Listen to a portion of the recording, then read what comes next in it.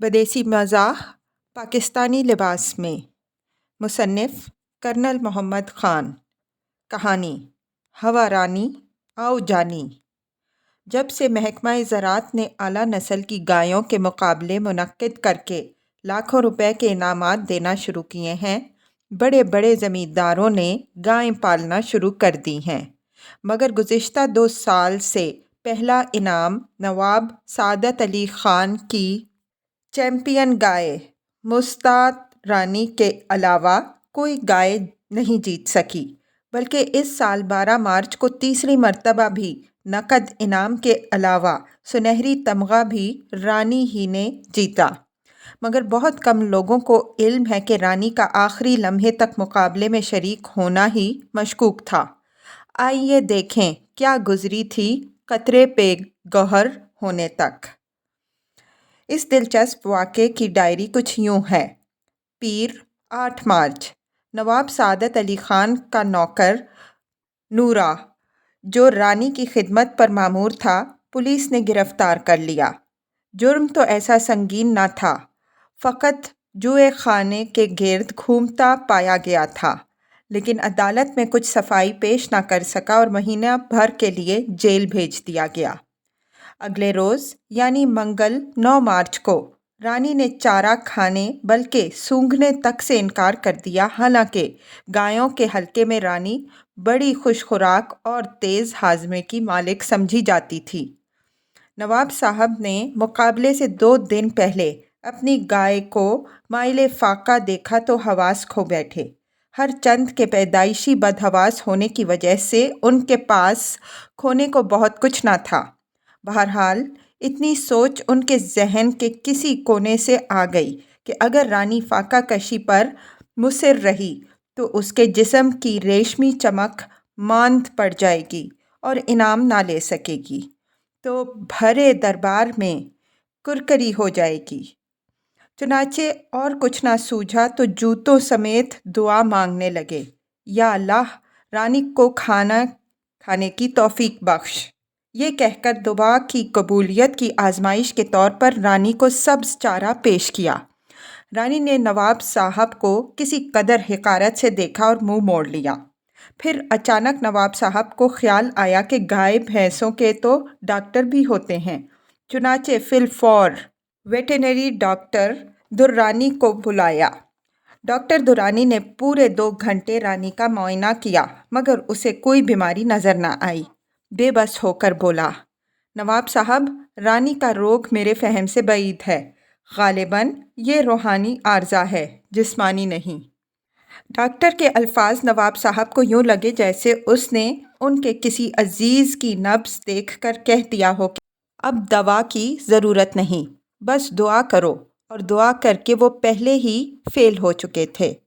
نواب صاحب نے ڈاکٹر درانی کو غضب سے دیکھا، جیسے کہتے ہوں نالائق کہیں کا، مگر کچھ کہے بغیر اسے رخصت کر دیا۔ نواب سعادت یوں تو خوش باش، بے فکرے اور احمق سے رئیس تھے، مگر رانی کی علالت نے ان کی خوش باشی سے اور بے فکری چھین لی۔ البتہ احمق وہ حسب سابق ہی رہے، یا قدرے احمق تر۔ ڈاکٹر درانی دروازے سے نکلے ہی تھے کہ نواب صاحب کی بڑی بہن بلقیس، جس نے عمر بھر شادی نہیں کی تھی، داخل ہوئی۔ نواب سعادت رانی کی علالت اور اپنی بدحواسی کی مشترکہ دھند میں گم تھے۔ پہلے تو بہن کی موجودگی ہی سے غافل رہے، مگر جب وہ بالکل قریب آ کھڑی ہوئی تو حسب عادت 3-4 مرتبہ پلکیں جھپکنے کے بعد بولے، آپا آپ ہیں؟ ہاں میں ہوں سعادت۔ آپ نے صرف 4 لفظ بولے، لیکن اس انداز سے جیسے وہ بھی کسی شدید پریشانی میں مبتلا ہو، اور پریشانی اس کی یہ تھی کہ شازیہ نے، جو ان دونوں کے مرحوم بھائی کی بیٹی تھی، اپنے منگیتر رئیس زادے سکندر سے منگنی توڑ دی تھی۔ چنانچہ آپا بلقیس ایک کرب کے عالم میں بولی، سعادت غضب ہو گیا، کچھ تم نے بھی سنا ہے؟ نواب سعادت بولے، ہاں سنا ہے، وہ ابھی مجھے بتا کر گیا ہے۔ بتا کر گیا ہے؟ کیا وہ تمہارے پاس آیا تھا؟ ہاں ابھی تو رخصت ہوا ہے۔ تو اسے جانے کیوں دیا؟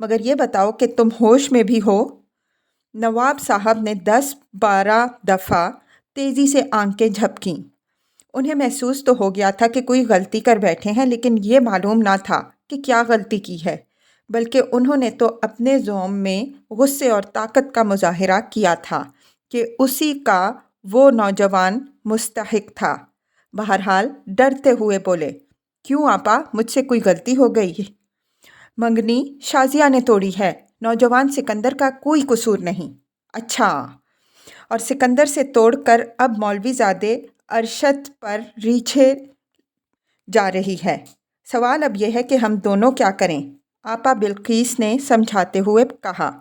کیا کریں؟ نواب سعادت نے ڈٹ کر کہا۔ ہم نہایت سخت قدم اٹھائیں گے۔ مثلاً یہ کہ ہم انہیں شادی کا تحفہ نہیں بھیجیں گے۔ آپا بلقیس اپنے بھائی کی حماقت پر سر پیٹ لینے کو تھی کہ کمرے کا دروازہ کھلا اور ایک نوجوان لڑکی اندر داخل ہوئی۔ کیا حسین لڑکی تھی، سنہرے بال اور نیلی آنکھیں، بالکل مے خانے سے، لیکن جس انداز سے ان دو نیلی آنکھوں نے نواب سعادت کو دیکھا، انہیں مے خانے کی بجائے تازیانے لگی۔ نواب صاحب کی پریشانی دیدنی تھی کہ یہ قاتل آنکھیں ان کی بھتیجی شازیہ کی تھیں، جسے وہ عام حالات میں بے حد پیار کرتے تھے۔ اب بھی اسے خوش کرنے کے لیے اور کچھ نہ سوجا تو پوچھنے لگے، شازیہ بیٹے، تمہیں کچھ مویشیوں کے متعلق بھی علم ہے؟ میرا مطلب ہے گائے بیلوں کے متعلق۔ نواب سعادت کے بے تکے سوال نے شازیہ کے غصے میں نفرت کا بھی اضافہ کر دیا۔ بولی، ہاں، مویشیوں کے متعلق پورا علم ہے۔ ایک مویشی تو آپ ہیں چچا جان، میں تمہارا سگا چچا۔ ہاں، پھوپھی بلقیس نے مجھے بتایا ہے کہ اگر میں نے ارشد سے شادی کر لی تو آپ میری رقم مجھے واپس نہیں کریں گے۔ رقم؟ کیا تم نے مجھے کچھ ادھار دے رکھا ہے؟ آپا بلقیس بھائی کی بدحواسی سے ابل رہی تھیں۔ درمیان میں بول پڑی، شازیہ کا مطلب وہ 10 لاکھ روپے کی رقم ہے جو اس کے مرحوم باپ نے ترکے میں چھوڑی ہے اور تمہیں اس کا ولی نامزد کیا ہے۔ یہ رقم تمہارے قبضے میں ہے۔ جی ہاں، شازیہ نے بات مکمل کی، مگر صرف اس وقت تک کہ میں 25 برس کی نہیں ہو جاتی۔ تو اب کیا عمر ہے تمہاری؟ نواب سعادت نے پوچھا۔ 21 سال۔ تو پھر گلہ کی کیا بات؟ 4 سال بے فکری سے بڑی ہوتی رہو، تمہاری رقم بھی بینک میں اسی رفتار سے بڑھتی رہے گی۔ شازیہ اپنے چچا کی لاپرواہی سے، جسے اس نے اذیت کے طور پر محسوس کیا، کھول اٹھی اور کچھ نہ کہہ سکی تو پاس پڑے ہوئے ایک موہڑے پر پاؤں دے مارا۔ ظاہر ہے یہ حرکت ایک اچھے گھر کی لڑکی کو زیبا نہ تھی، تاہم یہ اس بات سے بدرجہ بہتر تھی کہ خود چچا کو ٹھڈا نکال مارتی، اور یہی اصل اس کی دلی خواہش بھی تھی۔ آپا بلقیس کسی قدر سکون سے بولی، سعادت، میں نے شازیہ کو بتایا ہے کہ ہم اسے سکندر سے شادی پر مجبور تو نہیں کر سکتے، مگر ہم اس کی دولت کو تو کم از کم 4 سال کے لیے محفوظ رکھ سکتے ہیں، اس نکٹھو مولوی زادے سے۔ کون کہتا ہے ارشد نکٹھو ہے؟ شازیہ جوش سے بولی، اس کے پاس کافی رقم ہے۔ اگر میری وراثت مجھے ابھی مل جائے تو ارشد اسے ایک کمپنی میں ڈال کر ڈائریکٹر بن سکتا ہے۔ بلقیس ناک چڑھا کر بولی، ایک نکما ملا زادہ اور ڈائریکٹر؟ اسے امریکہ جو بھیجا گیا تھا، کیا کما لایا ہے؟ پھوپھی، امریکہ تو وہ ٹریننگ کے لیے گیا تھا، کمانے کا وقت تو اب ہے۔ شازیہ بیگم، بحث کا کوئی فائدہ نہیں، ارشد ناکارہ ہے، ناکارہ۔ اس پر شازیہ فیصلہ کن انداز سے بولی، تو ٹھیک ہے، میں بحث نہیں کروں گی، ارشد ناکارہ ہے یا نکٹھو، تم دونوں بہن بھائی نوٹ کر لو کہ اس سے شادی کر کے رہوں گی، خواہ 4 سال ہمیں فاقے ہی کرنا پڑیں۔ آئی سمجھ؟ پھوپھی کے دیدے اچھل کر باہر گرنے کو تھے، چیخ کر بولی، شازیہ، کیا سچ مچ تم؟ بلقیس غصے سے جملہ بھی پورا نہ کر سکی۔ پھوپھی بھتیجی کی باتوں میں نواب سعادت نے محسوس کیا کہ وہ بالکل فالتو پرزے کی طرح کھڑا ہے، چنانچہ دروازہ کھول کر باہر باغ میں نکل گیا۔ باہر کی فضا میں جہاں نسوانی چیخیں نہیں پہنچ سکتی تھیں، نواب سعادت نے سکون کا لمبا سانس لیا، مگر چلتے چلتے جا نکلا تو اس جگہ جہاں اس کی پریشانی کا مرکز تھا، یعنی رانی کے تھان کے قریب۔ رانی ایک خوبصورت گائے تھی، مگر 2 روزہ فاقے نے اس کے حسن کو کملا دیا تھا۔ رانی کو دیکھ کر نواب کا کلیجہ دھک سے رہ گیا۔ زیر لب بولنے لگے، رانی تو 2-4 نوالے ہی کھا لیتی تو نمائش میں اول آ جاتی، مگر اس حالت میں شاید تم تیسرا انعام بھی نہ لے سکو۔ اب پہلا انعام ٹوانوں کی گائے لے جائے گی۔ اف میرے اللہ، یہ ذلت ناقابل برداشت ہوگی۔ اچانک پیچھے سے آواز آئی۔ نواب صاحب نے مڑ کر دیکھا تو نوجوان سکندر گھوڑے پر سے اتر رہا تھا۔ یوں تو نواب صاحب اس وقت تنہائی چاہتے تھے، لیکن یہ دیکھ کر کہ ان کے تخلیے میں کسی عورت کے بجائے کوئی مرد مخل ہوا ہے، بہت ناخوش نہ ہوئے، بلکہ یہ سوچ کر کہ سکندر بھی ایک بڑے زمیندار کا بیٹا ہونے کے ناطے سے شاید گائے بھینسوں میں دلچسپی رکھتا ہو اور رانی کے متعلق کوئی مفید مشورہ دے سکے، خوش بھی ہوئے۔ پہلے سکندر بولا، جی میں حاضر ہوا تھا کہ اس افسوسناک واقعے کے متعلق آپ سے بات کروں۔ نواب سعادت، تمہاری ہمدردی کا شکریہ، مگر حالت خاصی مایوس کن ہے۔ سکندر، جی ہاں، میری سمجھ میں نہیں آتا کہ یہ اچانک ہو کیسے گیا۔ نواب سعادت، میں خود حیران ہوں اور پریشان بھی۔ سکندر، لیکن عجیب بات ہے، پچھلے ہفتے وہ بالکل ٹھیک تھی۔ نواب سعادت، بھائی وہ کل صبح تک ٹھیک تھی۔ سکندر، جی ہاں، بالکل خوش و خرم۔ نواب، بالکل۔ سکندر، اور پھر اچانک حالات نے یہ افسوسناک پلٹا کھایا۔ خدا جانے یہ کیا معمہ ہے۔ نواب، معمے کا تو حل نہیں مل رہا۔ ہم نے 1000 کوشش کی ہے کہ کچھ کھا لے، مگر اسے بھوک ہی نہیں لگتی۔ سکندر، شازیہ کو بھوک نہیں لگتی؟ خدا نہ خواستہ وہ بیمار تو نہیں؟ نواب، شازیہ؟ وہ ٹھیک ہے، کم از کم چند منٹ پہلے تو چنگی بھلی تھی۔ سکندر، تو چند منٹ پہلے آپ شازیہ سے مل چکے ہیں؟ بھلا وہ اس افسوسناک معاملے کے متعلق بھی کچھ کہتی ہے؟ سعادت، کچھ پیسوں کی بات کر رہی تھی۔ سکندر، کس قدر انہونی بات ہو گئی ہے، افسوس۔ نواب، بالکل انہونی، کبھی ایسا ہوا ہی نہ تھا۔ ماہرین مویشیاں کا کہنا ہے کہ اسے ہر روز 5 کلو بھوسا، 5 کلو سبز چارہ اور 1 کلو کھلی کھانا چاہیے۔ سکندر، کیا کہہ رہے ہیں نواب صاحب، شازیہ کو کھلی کھانا چاہیے؟ نواب، شازیہ کو؟ کیا ہوا ہے شازیہ کو؟ حسب معمول نواب صاحب خواب سے بیدار ہوئے۔ سکندر، جناب میں یہ معلوم کرنے آیا تھا کہ شازیہ نے میرے ساتھ شادی سے انکار کیوں کر دیا ہے۔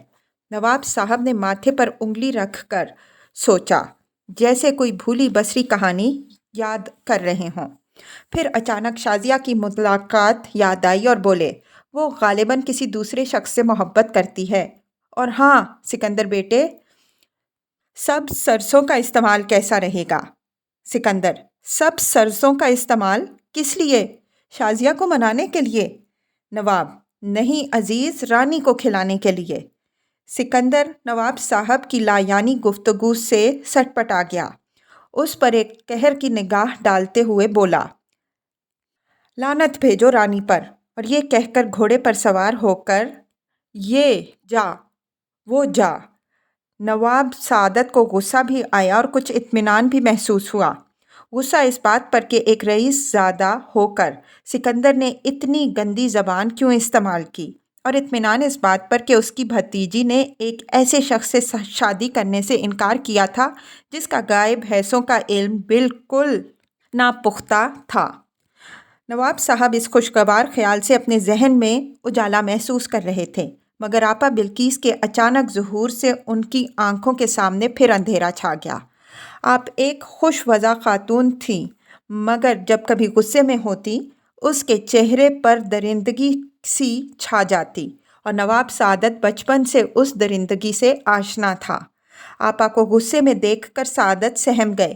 آپا بولی، سعادت، اگر شازیہ نے سکندر کے ساتھ منگنی توڑ دی ہے تو میں زہر کھا لوں گی۔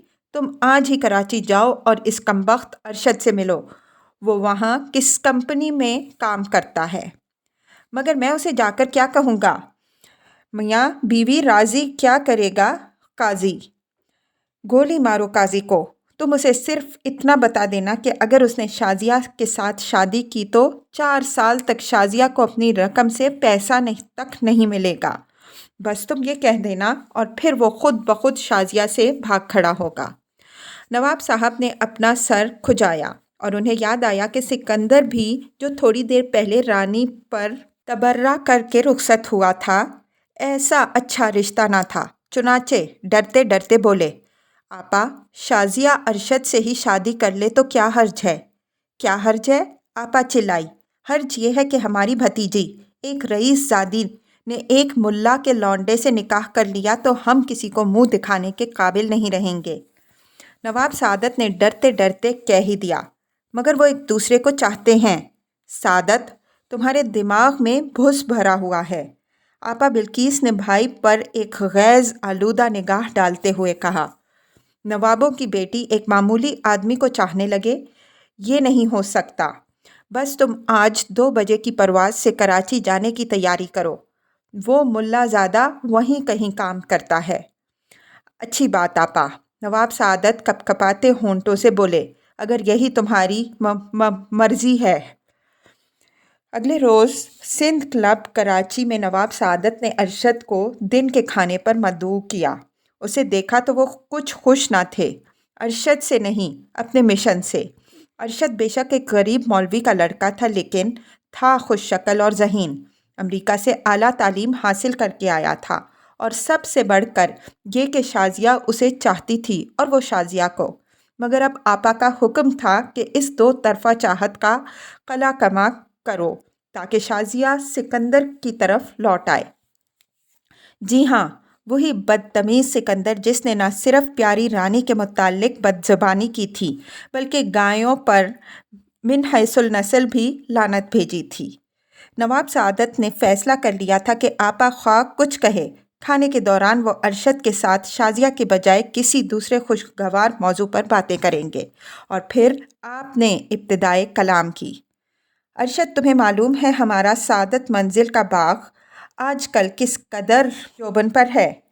میرا مالی یوں تو سادہ لوح آدمی ہے، مگر گلاب کے پھول پیدا کرنے میں وہ بے شک فنکار ہے۔ تم پچھلی بہار میں وہاں گئے بھی تھے، کچھ یاد ہے وہ باغ؟ سر، میں نے تو وہ باغ حفظ کر لیا ہے، وہیں تو صبح صبح شازیہ سے ملاقاتیں ہوتی تھیں۔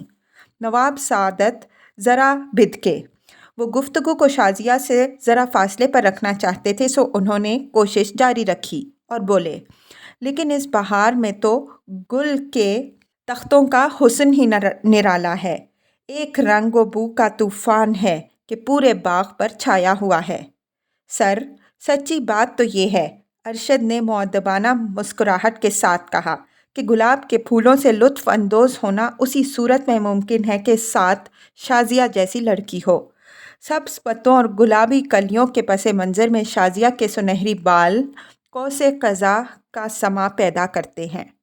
بے شک، بے شک، نواب صاحب نے ٹالنے کی کوشش کی، میں یہ سن کر بہت خوش ہوں کہ تمہیں گلاب کے پھول بہت پسند ہیں۔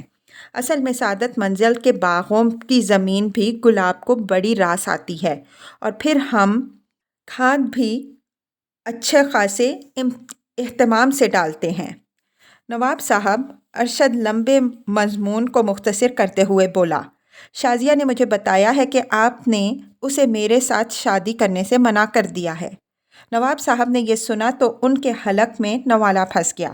جس نازک موضوع کو وہ اپنی دانست میں بڑی دانائی سے کسی موقع پر چھیڑنا چاہتے تھے، اس امریکہ کے تعلیم یافتہ لڑکے نے کسی لگی لپٹی بغیر چھیڑ دیا۔ مگر اب جواب بہت دیر لٹکایا نہیں جا سکتا تھا، چنانچہ بولے، نوجوان، اب جب کہ تم نے یہ موضوع چھیڑ ہی دیا ہے تو بات یہ ہے کہ اس قسم کا ایک غیر رسمی فیصلہ کرنے کی کوشش کی گئی ہے۔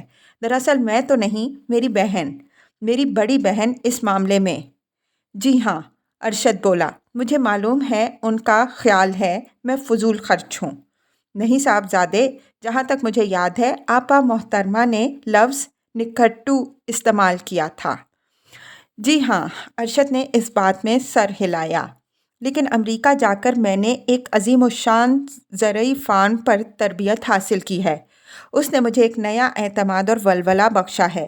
میں اب ایک مختلف آدمی ہوں۔ زرعی فارم کا نام سن کر نواب سعادت کی آنکھیں چمک اٹھیں اور توقع آمیز شوق سے بولا، عزیز، کیا سچ مچ تم نے فارم پر کام کیا ہے؟ وہاں تو جانور یعنی گائیں بھی ہوتی ہوں گی۔ جی ہاں، گائیں بھی۔ نواب صاحب نے ہوا کا ایک بڑا گولا نگلا، میز پوش کو مضبوطی سے پکڑا اور بولے، تو پھر شاید تم مجھے ایک مشورہ دے سکو۔ میری چیمپئن گائے رانی نے چارے کا مقاطعہ کر رکھا ہے اور کل نہیں تو پرسوں نمائش ہے۔ مجھے سخت تشویش ہے۔ ارشد ایک لمحے کے لیے آنکھیں بند کرتے ہوئے ذرا گہری سوچ میں چلا گیا اور پھر بولا، آپ کے گائے کی دیکھ بھال کرنے والے نوکر کی کیا رائے ہے؟ وہ 2 روز سے جیل میں ہے۔ تو پھر ظاہر ہے رانی اپنے رکھوالے کے غم میں نڈھال ہو رہی ہے، ارشد نے فیصلہ کن انداز میں کہا۔ نواب صاحب اس نئی تشخیص سے چونکے۔ وہ یہ بات سوچ بھی نہیں سکتے تھے کہ کوئی انسان یا حیوان نورے جیسے گوار سے بھی محبت کر سکتا ہے۔ بولے، تو کیا رانی نورے پر اس قدر فدا ہے؟ جی ہاں، بلکہ نورے سے بھی زیادہ اس کی آواز پر، خصوصاً جب وہ صبح اور شام چارہ ڈالنے سے پہلے رانی کو ایک میٹھے مترنم بول سے پکارتا تھا۔ سچ، ارشد بولا، رکھوالے کے بول اس کے پالتو جانور کے لیے بڑے اشتہا انگیز اور محبت خیز ہوتے ہیں۔ کتنی عجیب بات ہے، مگر بالکل درست ہے نواب صاحب۔ یہ بات میں نے امریکہ میں فارم میں سیکھی۔ ہر جانور خصوصاً گائے کو اپنے رکھوالے کی مترنم پکار ملکہ ترنم کی غزل سے بھی زیادہ لبھاتی ہے۔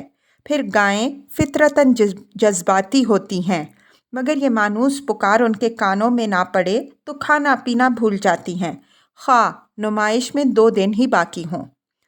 نواب صاحب نے تعجب اور تخیل میں ڈوبتے ہوئے دونوں ہاتھ بلند کر دیے اور کہا، اللہ، تیری کیا کیا حکمتیں ہیں۔ جی ہاں، ارشد نے اپنا ماہرانہ تبصرہ جاری رکھا۔ دراصل ہر جانور ایک خاص آواز، ایک خاص بول پر، اور وہ بھی ایک خاص لے میں الاپا جائے تو بے حد خوش ہو کر چارہ کھاتا ہے۔ مثلاً بکری کو مخاطب کرنا ہو تو چرواہے اکثر پہاڑی انگ میں پکارتے ہیں، سونیے من مونیے۔ اس پر بکری پیش کردہ چارہ پر بے تحاشا ٹوٹ پڑتی ہے۔ اسی طرح بھیڑوں کے لیے بھی الگ بول ہیں، حتیٰ کہ مرغیاں بھی ایک خاص آواز پر اپنے مالک کی ہتھیلی پر سے دانہ چگنے کو بھاگتی ہے۔ الغرض، آپ کے ڈنر کی گھنٹی کی طرح ہر جانور کے ڈنر کے لیے ایک الگ پکار یا بول ہے۔ گائے کے لیے بھی؟ میرا مطلب ہے رانی کے لیے بھی، نواب صاحب نے سہمے سہمے پوچھا۔ جی ہاں، رانی کے لیے بھی، یقیناً۔ اچھا، نواب صاحب کی باچھیں حد امکان سے بھی زیادہ کھل گئیں۔ بولے، بتا سکتے ہو عزیز، بھلا رانی کس پکار پر چارہ کھاتی ہے؟ نواب صاحب، ارشد نے اپنی فلسفی جاری رکھی، یہ پکار ہر جانور اور اس کے رکھوالے کے درمیان ایک راز ہوتا ہے، مگر خوش قسمتی دیکھیے کہ جب میں پچھلی دفعہ شازیہ سے ملنے سعادت منزل گیا تو ہم ٹہلتے ٹہلتے رانی کے استبل کے قریب جا نکلے۔ ادھر سے نورا رانی کا چارہ اٹھائے ایک پیاری سی لمبی لے میں اسے پکارتا آ رہا تھا، او رانی، آؤ جانی، کھا لو چارہ، آؤ جانی، کھا لو چارہ۔ اور یہ سنتے ہی رانی کی آنکھوں میں چمک آ گئی، فوراً اٹھ کر نورے کی راہ تکنے لگی اور اس کے منہ سے رال بہنے لگی۔ نواب صاحب کرسی سے اچھل پڑے، بے تابی سے بولے، ذرا دہرانا اس پکار کو بیٹا۔ ارشد، ہو رانی، آؤ جانی، کھا لو چارہ۔ اس پر نواب صاحب نے بھی پکار کر دہرایا، لیکن وہ سرتال قائم نہ رکھ سکے اور اس طرح نہ بول سکے جو ارشد کی ادائیگی میں تھی۔ ارشد نے نواب صاحب کو سمجھایا، دیکھیں نواب صاحب، اس پکار کو تحت لفظ پڑھنے سے گائے پر اثر نہ ہوگا، اسے اسی کونس کی سر میں گانا پڑے گا جس میں نورا گاتا تھا۔ چنانچہ ارشد نے نمونے کے طور پر ایک مرتبہ پھر بول دہرایا، ہو رانی آؤ جانی کھا لو چارہ۔ اس پر نواب صاحب نے گلا صاف کیا اور ترنم سے بول پر طبع آزمائی فرمائی، لیکن نواب صاحب نے سر کیا دہرائی۔ سارا ڈائننگ ہال سناٹے میں آ گیا اور تمام کھانے والوں کے ہاتھ سے چھریاں کانٹے نیچے گر گئے۔ اتفاقاً نواب صاحب کے گلے سے سر خاصی اونچی لے میں برآمد ہو گئی تھی، بلکہ ادائیگی کے دوران مالکونس بھی بے قابو ہونے لگی تھی۔ لیکن نواب صاحب سر یاد کرنے میں اس قدر محو تھے کہ اگر ڈائننگ ہال کی چھت بھی ان پر گر پڑتی تو وہ سر پر ہاتھ پھیر کر شہتیر ایک طرف کر دیتے اور پریکٹس جاری رکھتے۔ بہرحال ارشد نے نواب صاحب کی حوصلہ افزائی کرتے ہوئے کہا، بہت خوب، بس تھوڑی سی مشق کی ضرورت ہے۔ لفظ ہو کو دونوں دفعہ مدھم رکھیں، پہلی رانی کو مختصر کریں لیکن دوسری رانی کو کھینچیں اور اونچا لے جائیں۔ پھر آؤ جانی سے آگے بتدریج مدھم سے خرج کو چلتے جائیں، جیسے سا سے نی تک سر گم ہو جاتی ہے۔ نواب صاحب ارشد سے بہت مرعوب ہوئے مگر کہنے لگے، ذرا باہر چل کر تھوڑی سی مزید مشق کرا دو، میں 3 بجے والی پرواز سے واپس جا کر آزماؤں گا۔ نواب صاحب طیارے میں سوار ہوتے وقت بھی اس جادو بھری سر کی مشق کرتے رہے، لیکن پھر جیسا کہ ان کی عادت تھی اڑنے کے بعد سو گئے۔ لاہور پہنچنے پر جاگے یا جگائے گئے تو کچھ دیر تو وہ حسب عادت سوچتے رہے کہ کہاں ہوں، کیوں ہوں۔ آہستہ آہستہ حافظہ بحال ہوا مگر جزوی طور پر یہ تو یاد آ گیا کہ کراچی سے لاہور لوٹا ہوں، مگر وہ کیا تھا جسے گا کر گائے کو کھانے کی دعوت دی جاتی ہے، ایک لفظ تک حافظے میں باقی نہ تھا۔ گھر پہنچے تو آپا نے داد سفر سننا چاہی اور سن چکیں تو اپنا رد عمل ایک چھوٹے سے پیارے سے جملے میں بیان کر دیا، سعادت تم ایک عظیم الشان الو ہو۔ شکریہ آپا۔ عظیم الشان؟ آگے کیا کہا تھا؟ الو؟ الو؟ ہاں، اسے چغت بھی کہتے ہیں۔ مجھے یہ بتاؤ کہ اس ارشد لونڈے کو کلب میں کھانے پر بلا کر اتنی اہمیت دینے کی کیا تک تھی، اور اگر بلا ہی لیا تھا تو پھر اسے صاف صاف کیوں نہ بتا دیا کہ شازیہ کو 4 سال تک اپنی جائیداد سے کچھ بھی نہیں ملے گا۔ امی ٹھیک کہا کرتی تھیں، تم ایک پیدائشی گھگو ہو۔ یہ کہہ کر آپا انتہائی مایوسی اور تلخی کے عالم میں اٹھ کر باہر چل دی۔ نواب سعادت کو تنہائی غنیمت محسوس ہوئی اور لگے حافظے پر زور دینے کہ کسی طرح گائے کو پکارنے کے الفاظ اور سر یاد آ جائیں، مگر کیسے یاد آتے؟ نواب صاحب کے دماغ کے اس گوشے میں جہاں حافظہ ہوتا ہے، دھند کے سوا کچھ نہ تھا، فقط ایک لفظ تھا جو اس دھند میں چکر لگا رہا تھا، رانی۔ مگر اس ایک لفظ سے کیا فائدہ؟ سارا راز تو پورے بول اور سر میں تھا۔ نواب صاحب سخت بے چین تھے۔ ایک احمق کبھی معمولی بے چینی میں مبتلا نہیں ہوتا۔ گھبرا کر اٹھے اور باہر باغ کا رخ کیا کہ شاید تازہ ہوا حافظے کو جھنجھوڑے، مگر باغ میں آئے تو اس کے نیم تاریک گوشے میں انہیں ایک نسوانی عیولا نظر آیا، جسے نواب صاحب نے پہچان تو لیا مگر پہچان کر گھبرا گئے۔ نواب صاحب کی جگہ کوئی اور ہوتا اور شازیہ کو اس مدھم روشنی میں دیکھ کر یوں محسوس کرتا جیسے باغ کے گوشے میں چاند اتر آیا ہو، مگر نواب صاحب کا حوصلہ غروب ہو گیا۔ انہیں اپنی ذہین بھتیجی کا سامنا کرنے کی تاب نہ تھی۔ جدید تعلیم نے لڑکیوں کو ایک ایسا بے باک طرز گفتگو بخش دیا تھا جس سے ان کی نانیاں دادیاں یکسر نا آشنا تھیں، چنانچہ انہیں اس شوخ بھتیجی سے ہم کلام ہونے کا شوق تو نہ تھا، مگر اسے سامنے پا کر کچھ تو کہنا ہی تھا۔ بولے، شازیہ یہ تم ہو؟ ہاں میں ہوں۔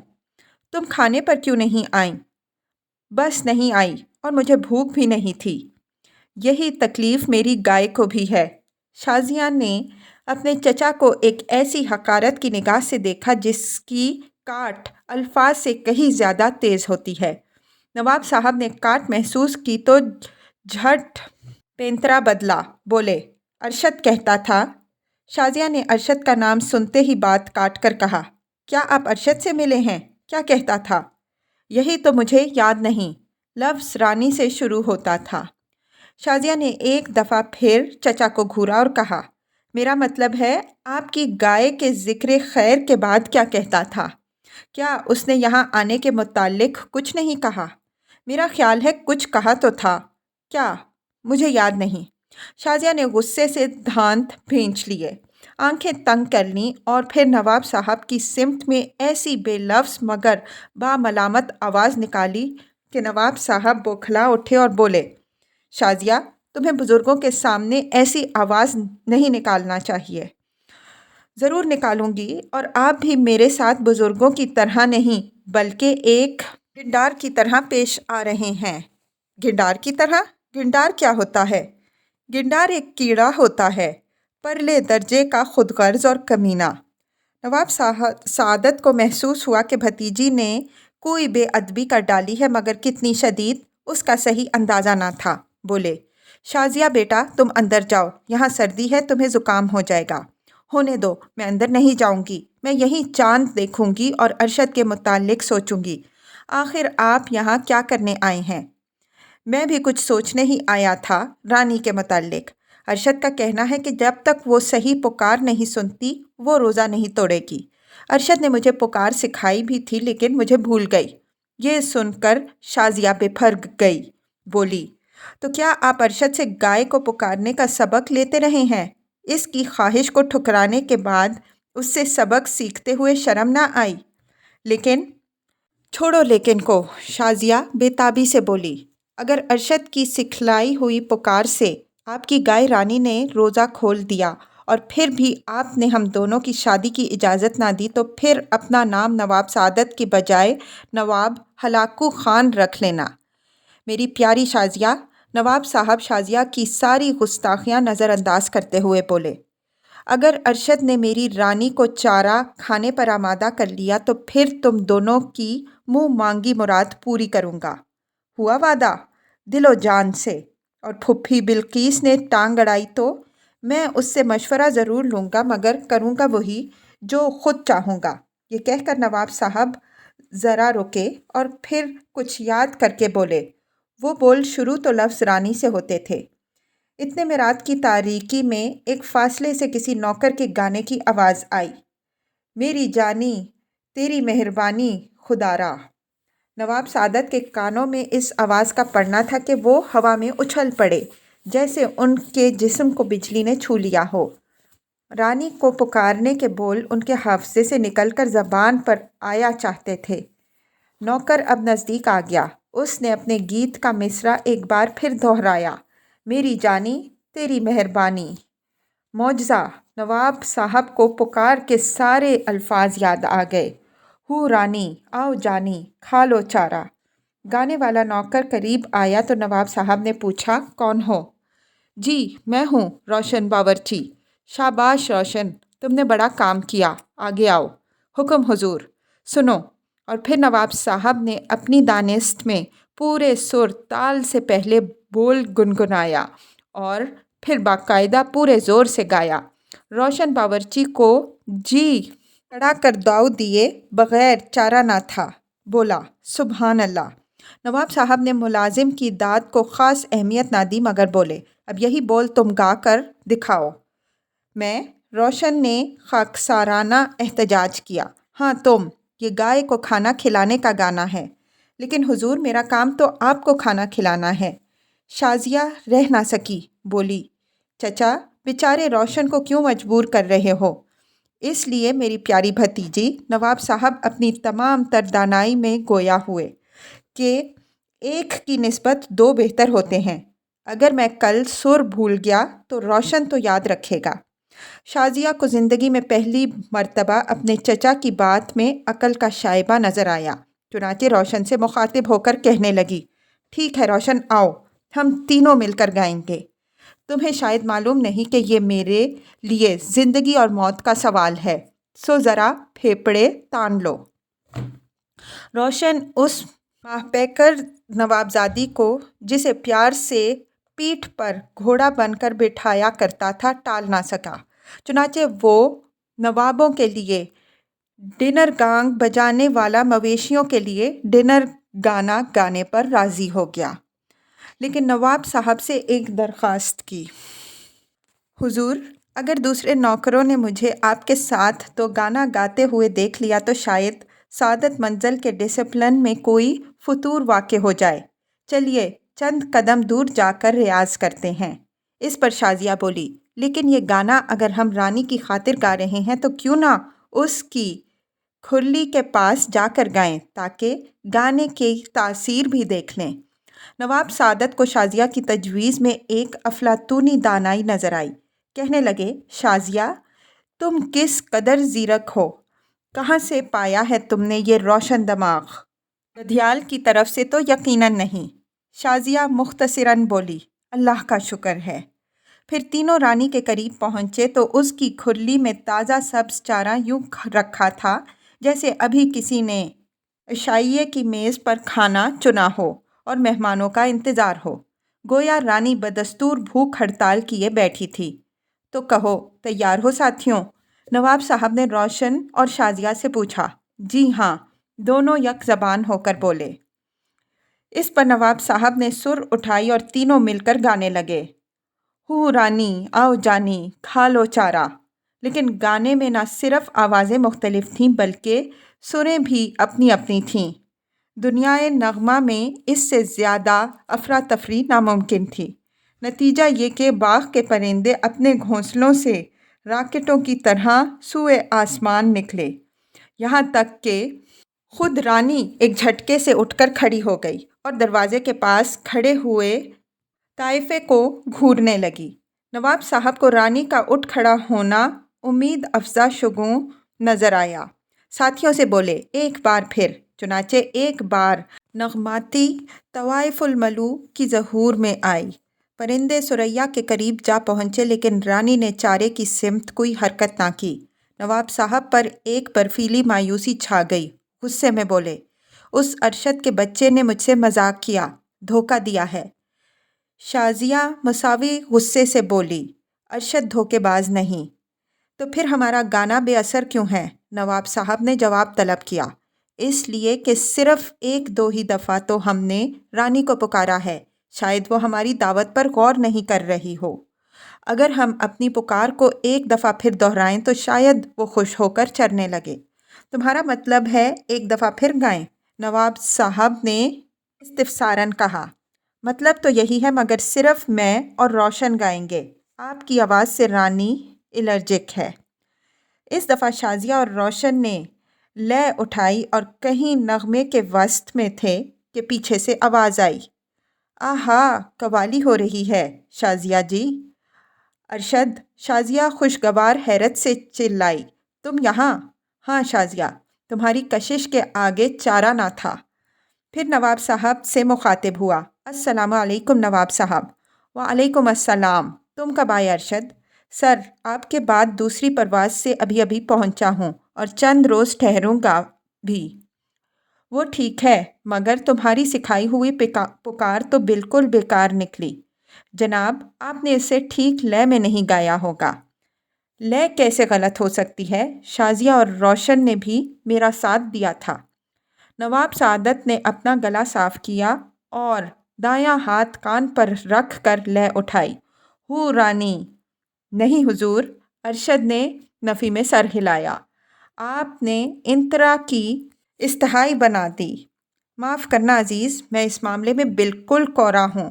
اب تم بسم اللہ کرو۔ دیکھیے چچا جان، شازیہ ارشد کو کوہنی سے ایک طرف کرتے ہوئے نواب صاحب سے ہم کلام ہوئی۔ ارشد رانی کو پکارے گا مگر ایک شرط پر۔ کون سی شرط بیٹی؟ یہی کہ اگر رانی چرنے لگی تو آپ ہمیں شادی کی اجازت دے دیں گے اور میری رقم بھی لوٹا دیں گے۔ یقیناً اگر رانی راضی ہو گئی تو مجھے بھی راضی سمجھو۔ اس پر ارشد ایک ماہر گائے پال کی طرح رانی سے ایک فاصلے پر کھڑا ہو گیا اور پھر ایک سریلی آواز میں ہو رانی کے پورے بول کو لہک لہک کر گایا۔ ارشد کی مترنم پکار سے رات گونج اٹھی اور ادھر گونج کی آخری لہریں رات کی خاموشی میں ڈوب ہی رہی تھیں کہ ادھر رانی کی کھرلی سے سبز پٹھے سمٹنے، چبانے، ہڑپنے، ڈھکوسنے اور بھسکنے کی آوازیں آنا شروع ہو گئیں، یوں جیسے پورے 1000 پنجابی دیہاتی کسی ریستوران میں بیک وقت سوپ پینے لگیں۔ نواب صاحب نے یہ آوازیں سنی تو خوشی سے ڈھیر ہو گئے۔ رانی نے چرنا شروع کر دیا تھا۔